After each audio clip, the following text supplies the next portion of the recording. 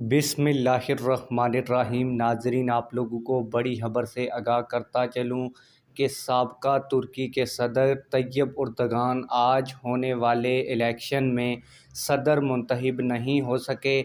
तुर्की की तारीख़ में 20 से 25 साल के बाद ऐसा देखने को मिला है कि तुर्की के सदर तैयब उर्दवान किसी होने वाले इलेक्शन में सदर मुंतखब नहीं हो सके। वो क्यों मुंतखब नहीं हो सके इलेक्शन जीतने के बाद, इसकी वजह भी आज की इस वीडियो में आप लोगों को बताऊंगा।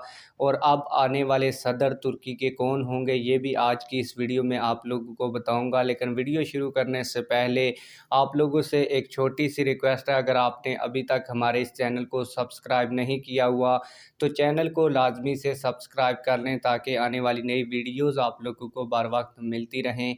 आप लोगों को बताता चलूँ कि तुर्की में इस वक्त सदारती निज़ाम कायम है। पार्लिमानी निज़ाम की अगर बात की जाए तो पार्लियामेंट के अंदर जो तैयब उर्दवान की पार्टी है वो 2/3 मेजॉरिटी के साथ जीत चुकी है। लेकिन जैसे ही सदारती इंतखाबात हुए, इंतखाबात के इलेक्शन रिज़ल्ट आना शुरू हुए, तो तुर्की के सदर तैयब उर्दगान जो साबका सदर हैं वो पहली दफ़ा सदर मुंतखब नहीं हो सके। आप लोगों को बताता चलूँ कि जो इस वक्त हमारे पास रिज़ल्ट मौजूद हैं उनके मुताबिक मैं आप लोगों को अगर बताऊं तो तुर्की में 97.23% वोट गिने जाने पर तैयब उर्दवान को 49.36% वोट जो हैं वो मिले हैं। जबकि उनके मद्दे मुकाबल जो दूसरे उम्मीदवार हैं कलकदार विगलू, इनको 44.96% वोट हासिल हुए हैं। तो आप लोगों को बताता चलूँ कि तुर्की के आइन और कानून के मुताबिक अगर कोई भी उम्मीदवार 50% वोट देने में